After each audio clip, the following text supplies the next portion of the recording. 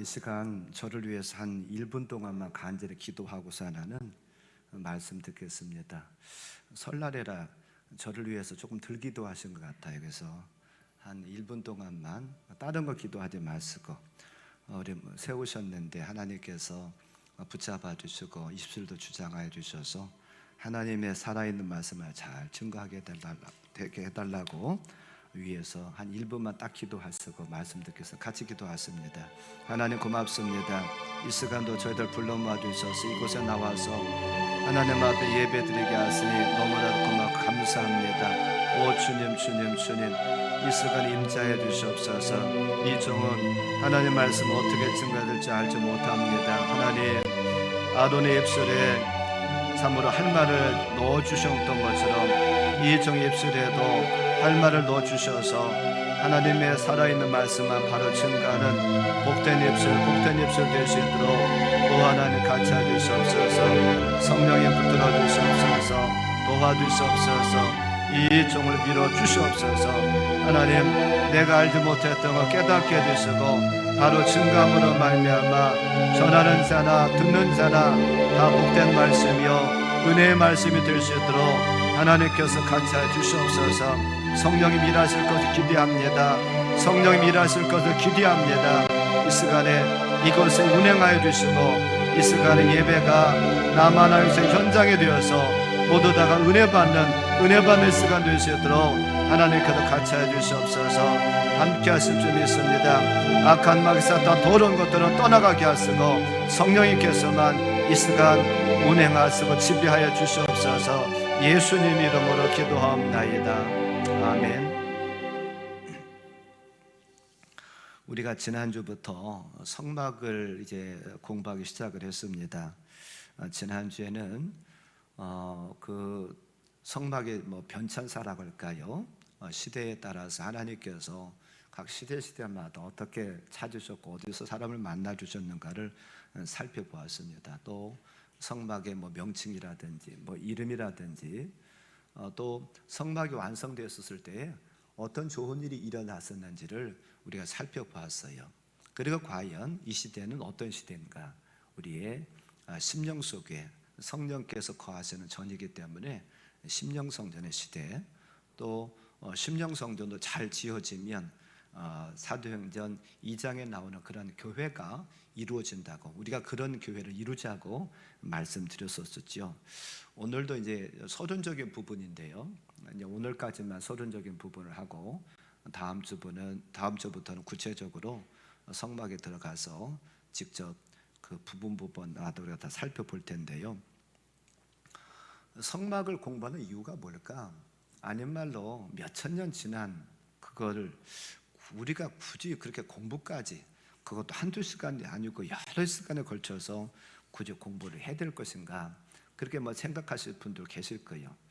그냥 뭐 저것을 보면 뭐 그냥 텐트 같고 뭐 초라하게 그지없는, 밖에서 볼 때는 초라하게 그지없는 그런 한 텐트 같은데 굳이 그것을 그렇게 여러 시간 들여가지고 공부를 해야 되느냐, 그냥 그렇게 이제 생각하실 분들도 계실 텐데, 그래서 저는 오늘 그 이유를, 왜 우리가 이 성막을 공부해야 될까, 그리고 또한 성막을 공부하다 보면 어떤 일이 일어날 것인가, 그 부분에 대해서 좀 말씀을 드리려고 합니다. 첫째로는 이 성막을 통해서 하나님을 만날 수 있는 길이 열리기 때문에, 하나님 만날 수 있는 길을 발견하기 때문에 우리는 성막을 공부해야 된다라고 말씀드리고 싶어요.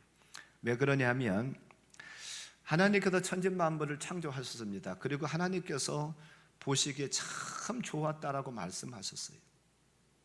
첫째 날부터 여섯째 날까지 만드시고 사람을 만드신 다음에는 특별히 보시기에 심히 좋았더라라고 말씀하셨어요. 그런데 거기에 죄가 들어옵니다. 아담과 하와가 범죄하기 전에 에덴 동산의 모습은 너무나도 좋았어요. 죄가 없었고 하나님과 교제만 했었고, 그런데 거기에 아담의 불순종이라고 하는, 하와의 불순종이라고 하는, 거역이라고 하는 것이 들어오다 보니까 하나님과의 교제가 단절됐다라고 하는 거예요. 죄가 들어왔고 단절돼서 이제는 거기에 저주가 임했습니다. 뭐 그런 일이 있어서는 안 되겠습니다만, 아이가 태어나 가지고서 하나는 엄마가 젖을 안 준다든지 혹은 우유를 안 먹인다든지 그러면 아이는 어떻게 되겠습니까? 며칠까지 못해서 그 아이는 죽을 수밖에 없을 거예요. 그것은 결국은 엄마의 단절 때문에, 엄마의 교제를 끊어졌기 때문에 그런 죽음이 올 수밖에 없지요. 그와 마찬가지로 우리도 영적인 존재인데 영이신 하나님과 우리가 관계를 하지 아니하면 저와 여러분의 영은 죽을 수밖에 없다라고 하는 거예요. 그래서 하나님은 아담과 하와가 범죄하고 그때 죄를 알게 됩니다. 사탄이 와서 그러잖아요. 너희 눈이 밝아질 거라고. 실제적으로 눈이 밝아져 가지고 그게 뭘 보게 되느냐 하면 자기들의 벗은 모습을 보게 됩니다. 수치스러운 모습을 봐요. 그 전까지는 서로 벗었어도 수치스럽지 않았었어요. 부끄럽지 않았어요. 근데 죄가 들어오다 보니까 부끄러운 모습을 보게 되는 거예요. 그래서 그들은 어떻게 했습니까? 무화과 나무 잎을 꺾어 가지고서 하나는요, 치마를 엮어서 입어봤지만 그게 며칠이 못해서, 얼마가 되지 못해서 수치스러운 부분이 다시 드러납니다. 왜요? 무화과 나무 잎이 이렇게 크잖아요. 근데 그 널찍하고 큰데 그것이 바람이 불고 햇볕이 나니까 오그라져 가지고서 하나는 다시 수치스러운 부분은 드러날 수밖에 없었어요. 그때 하나님께서 그에게 찾아오십니다. 찾아오셔서 짐승을 잡아가지고 가죽옷을 해 입혔던 것을 보게 됩니다. 이렇게 하나님과의 관계가 단절됐는데 때로는 하나님께서 인간편에 찾아오셔서 가끔은 하나님께서 만나 주셨어요. 특별한 사람들, 뭐 아브라함도 만나 주셨고 이삭도 만나 주셨고 야곱도 만나 주셨고 이렇게 특별한 사람들을 때로는 시대마다 만나 주시긴 했는데, 그러면 그런 특별한 사람들이 아닌 사람들은 어떻게 하느냐는 거예요. 저나 여러분들처럼 그냥 보통의 사람들, 일반 사람들은 어떻게 되는 거예요. 그래서 하나님은 모세를 통해 가지고서 하나는 성막을 지으라고 하십니다. 그러면서 뭐라고 하셔요? 내가 거기서 너희를 만날 것이다. 오늘 우리가 같이 봉독한 출애굽기 25장 22절에 거기서 내가 너와 만나고 그렇게 말씀하고 있어요. 내가 너를 만나 주겠다는 거예요. 결국 뭡니까? 관계가 회복됐다는 겁니다. 지금까지 단절됐던, 죄로 말미암아서 하나님과 인간 관계가 단절되면 누구 손해예요? 아닌 말로 엄마와 아이 사이에서 엄마가 너하고 나 관계 끊어, 나 너한테 젖 안 줄 거야, 그러면 누구 손해예요? 아이 손해지요. 하나님과 우리 사이에도 마찬가지가 아니겠습니까? 관계가 딱 단절되면 누구 손해예요? 우리 인간 손해잖아요. 근데 그런 인간에게 하나님께서 찾아오셔서 내가 너희를 만나주겠다는 뭐예요? 다시 관계하겠다는 거예요. 다시 관계를 회복하겠다는 거예요. 너희들과 교제하겠다는 거예요. 얼마나 기뻐요. 그것을 어디에서요? 성막에서 하겠다. 오늘 다시 한번 봅니다. 우리가 출애굽 25장 22절 다시 한번 봐봐요. 거기서 내가 너와 만나고 속죄소 위 곧 증거계 위에 있는 두 그룹 사이에서 내가 이스라엘 자손을 위하여 내게 명령할 모든 일을 내게 이르리라. 하나님께서 거기서 만나 주시겠대요. 그래서 성막을 잘 공부하다 보면 우리가 뭘 알아요? 하나님을 알 수가 있고 하나님 만날 수가 있고 하나님을 발견할 수 있다라고 하는 거예요. 그래서 지난주에도 말씀드렸습니다만 성막을 다른 말로 몇 가지를 살펴봤었죠. 뭐 범막이라 하기도 하고 회막이라 하기도 하고 그랬는데, 성막의 뜻은 뭐냐면은 성막은 히브리어로 미슈칸이라고 하는 단어입니다. 근데 이 미슈칸이라고 하는 단어는 무슨 뜻을 가지고 있냐면 거처하다, 함께하다, 그런 뜻을 가지고 있어요. 거처하다, 함께하다. 누구와요? 하나님이 우리와 함께하다. 우리에게 찾아오셔서 우리와 같이 하겠다라고 하는 거예요. 얼마나 깊어요. 성막에서 하나님 만날 수 있는 길을 발견하기 때문에 우리는 성막을 공부해야 된다. 첫 번째 말씀드릴 수가 있습니다. 두 번째로는 성막을 통해서요, 예수님을 바로 알고 예수님을 바로 믿게 된다는 사실이에요. 우리는 성경을 구약과 신약 가지고 있습니다. 물론 우리는 지금 한 권으로 갖고 다니긴 하지만 구약 39권, 신약 27권을 가지고 있죠. 구약 39권의 핵심은 뭡니까? 오실 예수님에 대해서 얘기를 하고 있어요. 그리고 신약은 두 가지를 얘기하고 있죠. 오신 예수님과 앞으로 또 오실 예수님. 요한계시록 같은 데서는 앞으로 오실 예수님에 대해서 다루고 있잖아요. 결국 중심은 뭐예요? 예수 그리스도예요. 구약 창세기서부터 요한계시록까지의 핵심은 뭡니까? 예수님이셔요. 어떤 분이 그러더라고요. 성경 66권을 짜면 뭐가 나오느냐? 예수님의 피밖에 안 나온다라고 하더라고요. 그래서 우리는 신약과 구약을 통해서 예수님을 발견하게 되는데, 구약의 어디를 통해서 특별히 발견하게 되느냐? 요한복음 5장 46절 47절에서 이렇게 말씀하고 있습니다. 모세를 믿었더라면 또 나를 믿었으리니 이는 그가 내게 대하여 기록하였습니다. 그러나 그의 글도 믿지 아니하거든 어찌 내 말을 믿겠느냐 하십니다. 지금 저게 누가 하신 말씀이냐면 예수님께서 하신 말씀이에요. 예수님께서 모세를 믿었더라면 또 나를 믿었으리니 이는 그가 내게 대하여, 이는 그가라고 하면 누구를 얘기합니까? 그는 거기서 모세를 얘기하는 거죠. 모세가 예수님에 대해서 이미 말씀을 했다는 거예요. 그럼에도 불구하고 너희들이 믿지 않고 있다. 지금 예수님께서는 말씀을 하고 있어요. 즉 모세의 글을 통해서 예수님을 제대로 알 수 있다는 거죠. 모세의 글을 통해서 예수님을 제대로 믿을 수가 있다는 거죠. 근데 모세 오경, 우리가 아는 것처럼 창세기, 출애굽기, 레위기, 민수기, 신명기가 모세 오경이라고 해서 즉 모세가 기록한 성경이다라고 얘기하잖아요. 그런데 이 모세 오경 중에 4권에서 성막에 대해서 가르치고 있습니다. 출애굽기, 레위기, 민수기, 신명기, 이 4가지 책에서 성막에 대해서 얘기하고 있고, 또한 그 성막을 잘 우리가 알면 결국은 예수님에 대해서 알 수 있다라고 하는 거예요. 제가 지난주에도 잠깐 언급을 했었습니다만 앞으로 다음 주부터 저는 성막을 볼 때에 3가지 차원에서 볼 것입니다. 첫째로는 성경에 보면 그 성막을 어떻게 지으라고 그러는가, 각각의 설계도가 다 나와 있어요. 그 크기는 얼마나 할 것인가, 또한 어떤 재료를 사용할 것인가, 이런 것들이 다 자세하게 나와 있거든요. 그래서 먼저는 나와 있는 것을 보고 그대로 그냥 성경에서 말하고 있는 성막의 저 크기라든지 재료를 다 볼 것이고요.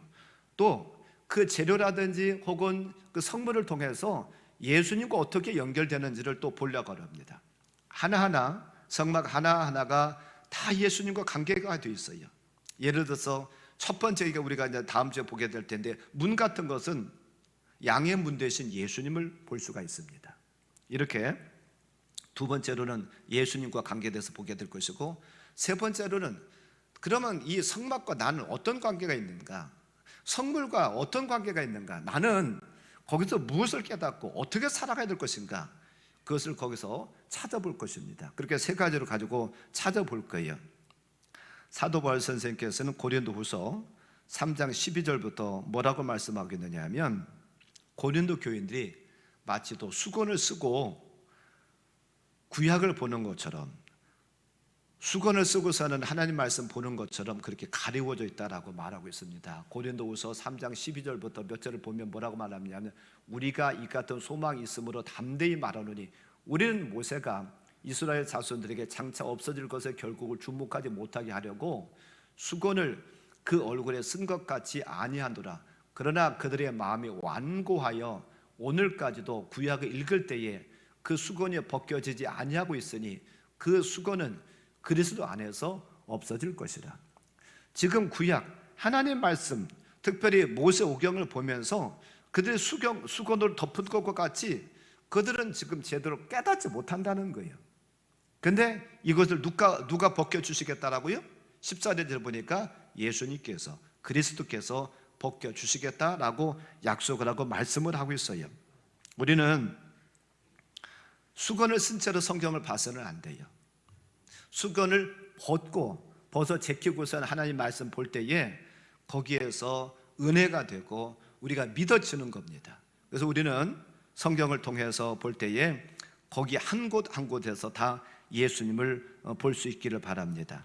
특별히 성막에서 흠없는 짐승을 끌고 와가지고서 하나는 안수하고 죄를 전가시켜서 그 번제단에서 태우는 게 나옵니다. 결국은 누구를 얘기를 할 수 있어요? 거기서도 예수님을 지금 얘기를 하고 있어요. 어린 양 대신 예수님. 구약 이스라엘 백성들은 성막에서 제사를 드릴 때에 짐승을 잡아서 드렸습니다. 소나 양이나 염소, 비둘기를 가지고서는 드렸거든요. 그리고 그것을 드림으로 그들은 내 죄가 사함받았다라고 생각했어요. 그러나 신약에 와가지고는 우리가 짐승을 잡아 드리지를 않아요. 누구의 피로요? 예수님의 십자가의 피공로로 우리는 하나님 앞에 나아가고 우리는 죄 용서함 받는 거예요. 한번 생각해 봐요. 구약시대에 짐승을 매번마다 잡아가지고 그걸 드렸을 때 얼마나 번거롭고 얼마나 어려웠겠어요. 돈도 많이 들어가고요. 그러나 우리는 지금은 예수님의 이름으로 예수님의 십자가를 공로를 의지해서 우리는 그 앞에 나갈 수가 있고 우리는 죄 용서함 받을 수 있잖아요. 그런 길이 열려졌다라고 하는 거예요. 그래서 우리는 양에게 안수했던 것처럼 예수님께서는 십자가에서 우리를 위해서 죽으신 것이 똑같은 사건이라 하는 거죠. 그래서 거기서도 우리는 알 수가 있고 예수님 어떤 분이신가 우리는 성막을 통해서 제대로 알고 제대로 예수님을 알면 우리가 제대로 믿을 수가 있죠. 그래서 성막을 공부해야 되는 두 번째 이유는 예수님을 바로 알 수가 있고 바로 믿을 수가 있기 때문에 우리는 성막을 공부해야 된다. 세 번째 이유는 성막이 성경에서 차지하는 분량이 참 많습니다. 신구약 통틀어서 1189장이에요. 그런데 성막이 몇 장을 차지하느냐면 50장을 차지합니다. 출애굽기에서 13장, 레위기에서 18장, 민수기에서 13장, 신명기에서 2장, 신약 히브리서에서 4장. 그래서 총 50장입니다.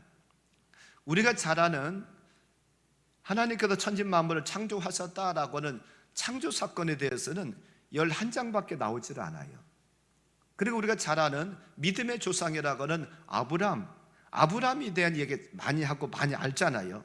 얼마나 나올까요? 14장밖에 안 나와요. 50장이면 천지 창조에 대한 이야기의 거의 5배입니다. 그리고 아브라함 이야기의 한 4배 가까이 되죠. 이렇게 많은 방대한 분량을 차지하고 있는데도 우리가 성막을 잘 모르는 경우가 있어요. 근데 성막이 이렇게 분량도 많고 중요하기 때문에 우리는 성막을 공부할 때 이런 유익이 있다. 그러니까 그것을 안다라고 하는 것은 어찌 보면 한 5%, 성경의 5% 정도는 안다 할 수가 있잖아요. 그래서 우리는 공부해야 된다. 네 번째로는 성막은 죄인을 구원하는 장소이기 때문에 우리는 반드시 알아야 됩니다. 우리가 보았던 말씀에서도 분명히 내가 거기서 너희들을 만나주겠다라고 약속하셨어요. 만나주겠다. 또한 죄인에게 말씀하시는 곳이 바로 이 성막이라고 하는 곳이에요. 출애굽 29장 42절에서는 말씀합니다. 내가 거기서 너희를 만나겠다고 말씀하셨어요. 이는 너희가 대대로 여호와 앞 회막 문에서 늘 드릴 번제라. 내가 거기서 너희와 만나고 내게 말하리라. 만나주겠대요. 어디서 만나줘요? 성막에서.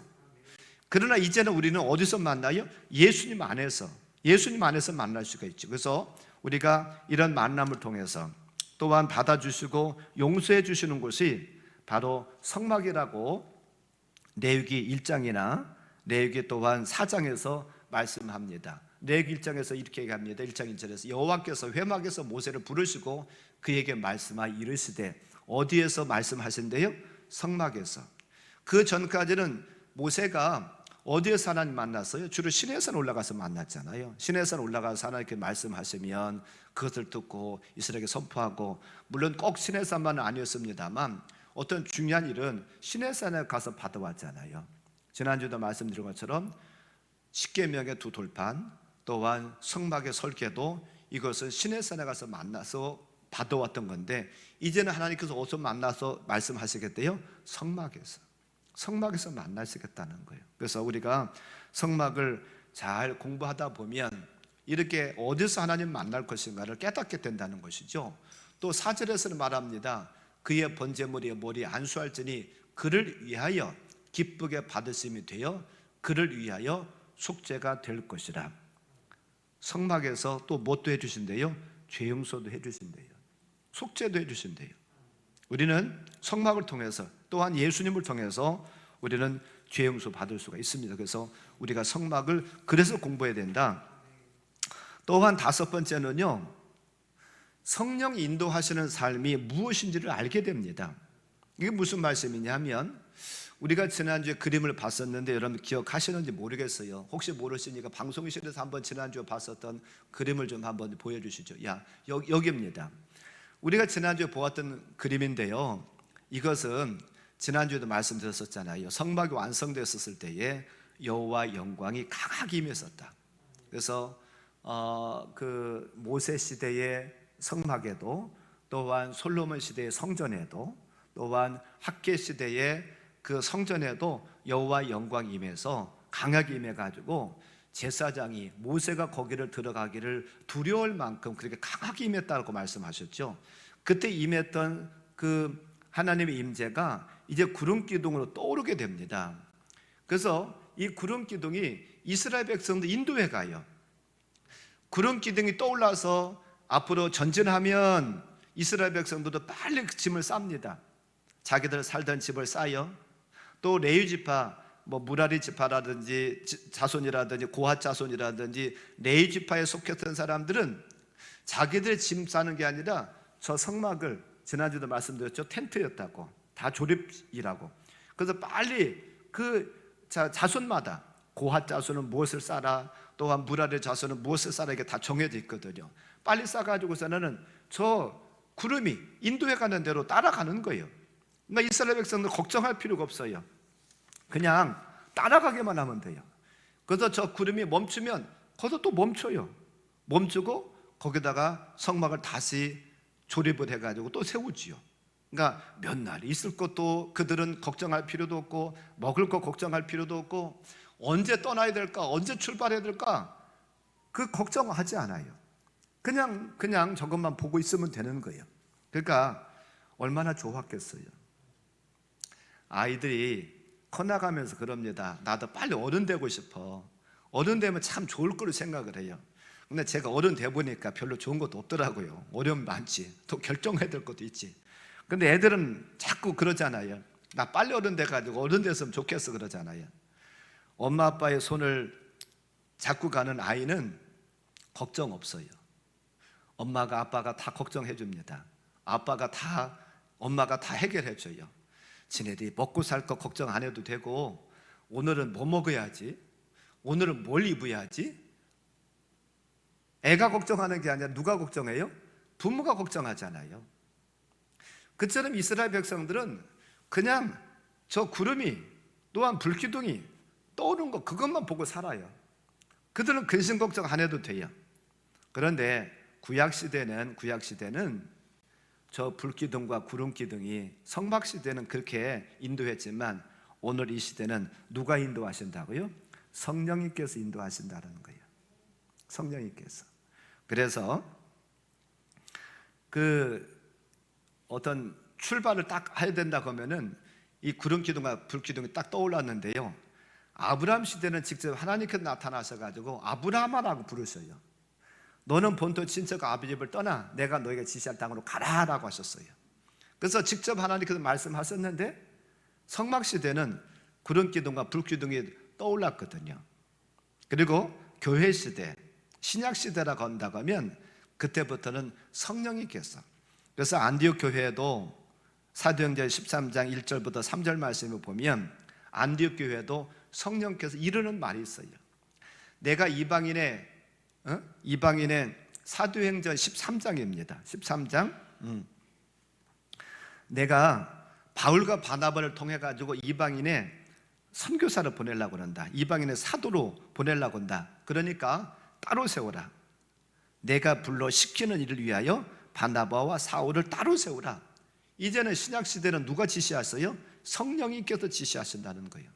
그것을 성막의 구름 기둥과 불 기둥이 어떻게 우리를 인도하셨는가를 보면 신약시대에 이 시대에 우리가 살아가는 저와 여러분들에게 성령께서 어떻게 역사하시는지를 우리는 알 수 있다라고 하는 거예요. 잠언 16장 9절에서는 우리에게 말씀합니다. 사람이 마음으로 자기의 길을 계획할지라도 그의 걸음 인도하시는 이는 누구시라고요? 여호와시니라. 여호와시니라. 잠언 16장 나와요? 방송실에? 한번 띄워줘봐야 우리 같이 한번 읽어보게요. 아까 나왔었는데 없어요? 잠언 16장 없어요? 없어요? 그럼 제가 다시 한번 읽어드릴게요. 사람이 마음으로 자기의 길을 계획할지라도 그의 걸음 인도하시는 이는 여호와시니라. 이게 신약시대는 여호와 하나님께서 누구를 통해서요? 성령님을 통해서 저와 여러분 발걸음마다를 인도해 가신다라고 하는 거예요. 그 성막시대는 구름기둥과 불기둥 인도했어요. 낮에는 구름기둥으로, 밤에는 불기둥으로. 이 하나님이 얼마나 잘 아셔요. 그 사막의 뜨거운 날씨에 만약에 낮에 불기둥으로 인도하셨다고 해봐요. 그러면 너무 더워가지고 힘들었을 거예요. 또 밤에는 도리어 구름기둥으로 인도했다고 해봐요. 그러면 추운데 얼마나 더 추웠겠어요. 그런데 하나님은 사람의 모든 것을 잘 아시고서는 뜨거운 낮에는 구름으로, 몇 년이 됐는지는 모르겠습니다만 저희가 성지순례를 갔었거든요. 그쪽에 갔었는데 정말로 그 뜨거운 날인데도요, 이스라엘에 가는 게 뜨거운 날인데도 그 구름이 딱 뜨니까 굉장히 시원하더라고요. 그래서 저희는 성지순례 가가지고 구름 기둥의 그 역할이 어떤 것인가는 조금은 맛봤었어요. 물론 뭐 밤에 불기둥은 떠올라지 않았지만은 구름이 딱 뜨니 그렇게 시원하고 좋더라고요. 그 뜨거운 사막을 40년 동안 그들이 거기서 살았다고 한번 생각해봐요. 얼마나 더웠겠어요. 낮에는 사막의 그 열기가 굉장히 더워서 구름 기둥으로, 또 저녁에는 사막이 굉장히 일교차가 심해서 추워진다고 그럽니다. 그러니 그들이 제대로 정착도 못하고 사는 텐트 치고 살았는데 얼마나 추웠겠어요. 거기에 하나님께서 불기둥으로 인도해 주셨고, 또한 저녁에는 불기둥이 잘 보이잖아요. 그래서 하나님 이렇게 적절하게 잘 인도해 주셨고 사랑해 주셨다는 것을 우리가 알 수가 있습니다. 그래서 우리는 성막을 통해서 구약시대는 구름기둥으로 불기둥 인도하셨지만 이 신약시대는 성령님이 인도하신다는 것을 우리가 성막을 공부하면서 깨닫게 됩니다. 그래서 우리는 성막을 공부해야 된다. 또 여섯 번째는 예수님을 보여주는 가장 좋은 모형이기 때문에 우리는 성막을 공부해야 된다라고 말씀드리고 싶습니다. 뭐냐면 그 사도 바울 선생님은 이스라엘 백성들이 애굽에서 나와가지고 홍해를 거쳐서 그들이 또 광야를 거친 것을 다 예수님과 결부시켜서 얘기를 해요. 고린도전서 10장에서는 그가 뭐라고 그러냐면 홍해를 건넌 것이 구약 이스라엘 백성들이 뭐 받은 거라고요? 세례 받은 거래요. 한번 우리 같이 보지요. 고린도전서 10장 1절부터 4절에서 한번 같이 한번 읽어봅니다. 형제들아, 나는 너희가 알지 못하기를 원하지 아니하노니 우리 조상들이 다 구름 아래 있고 바다 가운데를 지나며 모세에게 속하여 다 구름과 바다에서 세례를 받고 다 같은 신령한 음식을 먹으며 다 같은 신령한 음료를 마셨으니 이는 그들을 따르는 신령한 반석으로부터 마셨음에 그 반석은 곧 그리스도시라. 아멘. 아니 이스라엘 백성들이 홍해를 걷는 것도, 또한 그들이 광야에서 반석을 통해 가지고 물이 나와가지고 물을 마신 것도 이게 다 누구래요? 예수님이시래요. 홍해 걷는 것이 세례받은 거래요. 반석을 깨서 거기서 물이 솟아나온 것도 그게 생수를 주시는 예수님이시래요. 우리는 이렇게 성막을 통해서 예수님의 이런 것들을 잘 볼 수가 있습니다. 우리가 잘 아는 민수기 21장 9절에 보면 이스라엘 백성들이 범죄했었을 때에 하나님께서 불뱀을 보내가지고 물리는 자마다 다 죽게 만드셨잖아요. 그래서 그들이 불뱀에 물려가지고 고통당하고 죽고 그러다 보니까 하나님을 찾습니다. 하나님을 찾아서 모세가 하나님 앞에 아뢰잖아요. 중보기도 하잖아요. 그랬더니 하나님께서 그 방법을 가르쳐 주셔요. 뱀의 형상을 만들어 가지고 장대에다가 높이 달래요. 그리고 재료는 뭘로 쓰라고 그러냐면 노수로 뱀의 형상을 만들으래요. 그리고 장대가 높이 달고 그것을 쳐다보기만 하면 낫는다는 거예요. 고침받는다는 거예요. 자, 그것은 뭘 상징해? 우리가 많이 들어서 아시겠지만은 그것은 결국은 예수님의 십자가의 죽음을 얘기하잖아요. 십자가에 달려주실 예수님. 그래서 우리는 성막을 통해서 이렇게 예수님을 잘 알 수 있다라고 하는 거예요. 그뿐만 아니라 민수기 35장에 보면 도피성 제도가 나옵니다. 도피성이 이제 6군데가 있었는데요. 그 도피성, 누구든지 어떤 부지중에 사람을 죽였다든지 그러면 구약 이스라엘 백성들의 법은 이는 이로 눈은 눈으로 라는 법이 있습니다. 그래서 누가 나에게 한 대 때렸으면 나도 한 대 때려야 돼요. 또 내 가족을 누가 죽였다고 하면 내가 죽여야 됩니다. 근데 그게 살인이 부지중에 한 경우가 있잖아요. 예를 들어서 밭에서 일하다가 그냥 밭에 돌이 있어가지고 돌을 집어 던졌는데 내가 뭐 사람 지나가는 거 모르고선 집어 던졌는데 글쎄 지나가다 그걸 맞았다더니 그러면 죽을 수도 있잖아요. 그런 내가 어떤 의도를 가지지 않고 죽일 의도를 가지지 않냐고 살인했다던 그런 사람들은 도피성에 도망가면 살아요. 오늘날의 도피성은 누구예요? 바로 예수님이십니다. 이렇게 다 지금 연관이 돼요. 그래서 우리는 성막을 통해서 예수님을 잘 알 수 있다라고 하는 거, 또 예수님을 통해서 잘 알 수 있는 거 하나만 더 말씀드리면, 이스라엘 백성들이 어제 새벽에 우리는 유월절 새벽 예배 때 유월절 그 부분을 봤었는데요. 유월절 이스라엘 백성들에게는 복된 날이지만 애굽 사람들한테는 참 슬픔의 날이잖아요. 우리가 잘 아는 것처럼 애굽 바로왕한테 우리 이스라엘 백성들 나가게 해달라고 하지만은 말을 듣지 않아요. 그래서 하나님께서 10가지의 재앙을 내리시잖아요. 마지막 재앙이 뭡니까? 사람이든지 짐승이든지 처음 엄마 뱃속에서 나온 첫 것은, 초태생은 다 죽이는 그런 재앙이잖아요. 근데 하나님은 이스라엘 백성들에게, 모세를 통해 이스라엘 백성들에게는 양을 준비하래요. 그리고 양을 죽여서 피를 받으래요. 그리고 그 피를 받아서 어떻게 하라고 그래요? 문설주와 좌우 임방에 바르래요. 이스라엘 백성들, 유대인들은 그게 뭔지 몰랐어요. 왜 하라는지도 몰랐어요. 그냥 모세가 시키는 대로 양을 잡아서 피를 받아가지고 좌우 임방과 문설주에 발랐어요. 그랬더니 무엇이 들어오잖아요? 죽음의 사자가 그 집에는 들어오지 않냐고 건너뛰잖아요. 건너뛴다라고 하는 얘기가 바로 유월이라고 하는 단어거든요. 그래서 유월절, 죽음의 사자가 그 집에 들어오지 않았는데 오늘날 이 시대는 누구를 통해서 죽음의 사자가 들어오지 않아요? 어린 양 대신 예수님, 어린 양 대신 예수님을 통해 가지고 내 가정에 죽음의 사자가 들어오지 못하는 거지요. 구약 사람들은, 구약 이스라엘 백성들은 짐승의 피를 보고서 나는 죽음의 사자가 들어가지 않던 데였습니다. 그러나 신약 시대는 우리가 짐승의 피를 문에다 발라놓는다고 죽음의 사자가 안 들어오는 것이 아니라 누구를 통해서요? 예수님의 십자가의 보혈이 저와 여러분의 가정에 발라져 있으면, 저와 여러분에게 발라져 있으면 죽음의 사자가 저희 가정이라든지 또한 저와 여러분들에게 들어오지 못한다는 거예요. 이것을 또한 우리가 볼 수 있는 것이 어디냐면 성막이라고 하는 거예요. 그래서 우리는 공부해야 된다. 또요,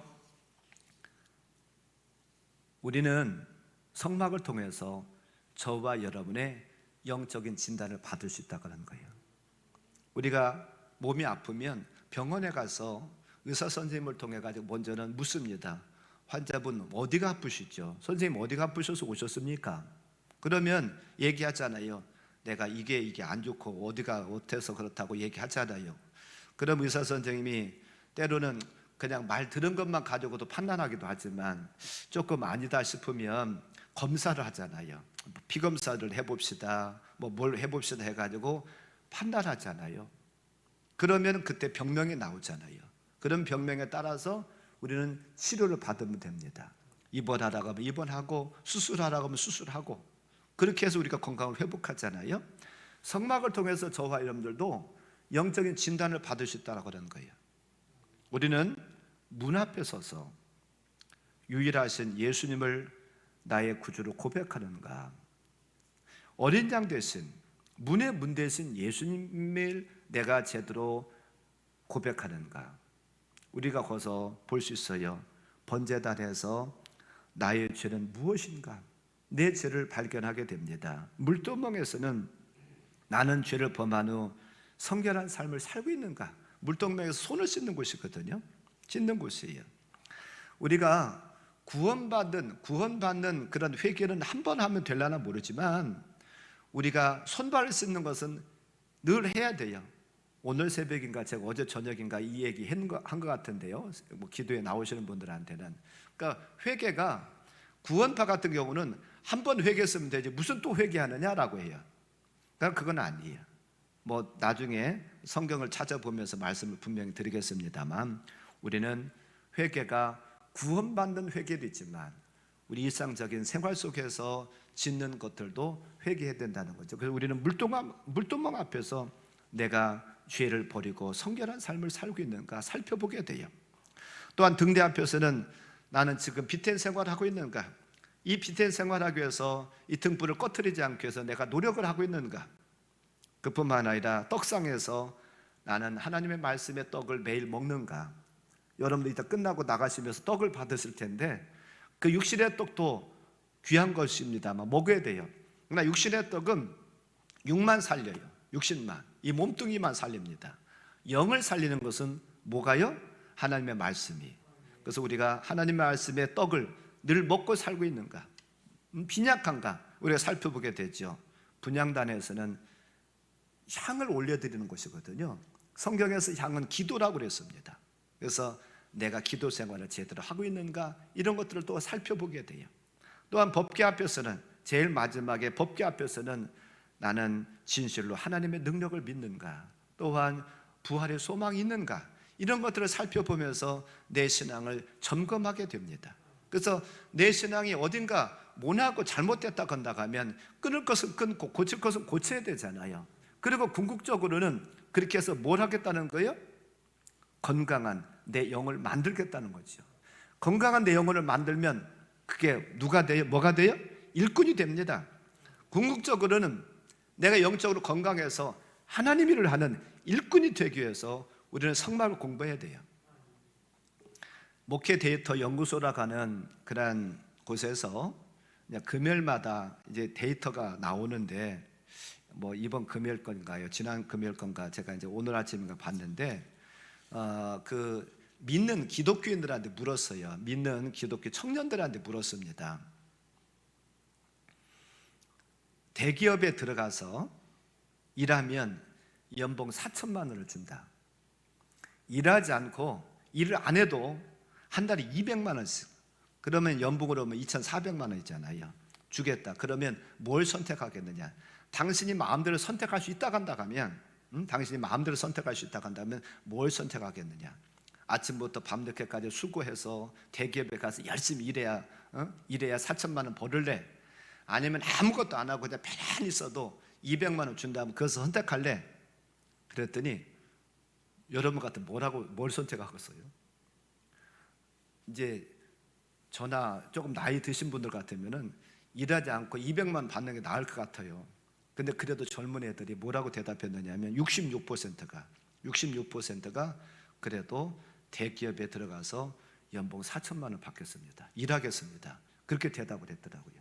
그리고 25%는 그냥 일하지 않고 200만 원씩 받는다고. 우리는 건강하면 일해야 됩니다.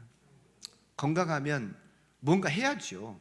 가만히 그냥 돈 생긴다고 해서 아무것도 안 하는, 이건 아니잖아요. 얼마나 무료하고 그래요. 우리가 하나님의 백성들도 마찬가지예요. 우리가 육적으로도 건강하고 정신적으로 건강하고 영적으로 건강하면 뭘 해야 돼요? 하나님 일해야 되죠. 그래서 우리는 아무쪼록 성막을 통해 가지고 우리 자신들의 영적인 것을 진단하기를 바랍니다. 진단해서 잘못된 부분들은 과감하게 도려내길 바랍니다. 약한 부분들은 새롭게 해서 강해지길 바랍니다. 그래서 저와 여러분들이 건강해짐으로 하나님 일을 멋지게 하는 저함들 됐었으면 참 좋겠어요. 오늘 예배 전에도 잠깐 한 두 분 장로님, 두 분 권사님들하고 이제 어떤 얘기를 하다가 이제 뭐 여기 교회를 떠난 분들 얘기가 잠깐 나왔었는데 이제 제가 그런 얘기를 했습니다. 가신 분들 가신 분이고 우리가 여기 교회 주인이고 우리가 일꾼 아닙니까? 우리가 추수리고 우리가 다시 세워야 되죠. 그런 말씀 드렸는데 이제 다시 한번 여러분들에게 같이 말씀드리고 싶습니다. 이제 이 교회가 뭐 어떻게 됐든지 간에 떠난 분들은 나는 모르겠어요. 왜 떠났는지도 모르겠고 이제 남은 저와 여러분들 중요합니다. 우리가 중요하죠. 우리가 하나님의 말씀을 통해 가지고 온전한 하나님의 일꾼이 돼서 이 교회에 전심전력한다 하면 우리는 참 좋은 교회 만들 수가 있습니다. 조금 전에 김미수 장로님께서도 그런 기도해 주셨는데 이 교회를 살려주세요, 이 교회를 도와주세요 그랬는데 저도 새벽에 그런 기도합니다. 하나님 다시 회복시켜 주세요. 옛날에 좋았었던 몇백 명 모였었던 그런 교회 다시 되게 해주세요. 살려주세요. 회복시켜 주세요. 하나님 도와주세요. 그런 기도 하거든요. 이제 우리에게 그것을 맡겨주셨습니다. 누가 해야 되느냐? 다른 사람이 해주는 것 아니에요. 저와 여러분들이 그 일을 해야 됩니다. 아무쪼록 영적인 진단을 제대로 받고 우리가 영적으로 바로 서서 참된 일꾼이 되므로 다시 이 교회를 살리는, 그래서 멋지게 신앙생활 하다가 주님 앞에 갔을 때 너 참 수고하고 왔다, 너 참 잘했다, 선교교회 세우느라고 너 참 수고했다, 너 참 땀 많이 흘리고 너 눈물 많이 흘렸지, 너 참 피 많이 쏟았다, 이제는 좀 쉬고 편안하게 있어라, 그런 축복의 말씀을 듣는 저와 여러분들 되시기를 주님의 이름으로 간절히 축원합니다.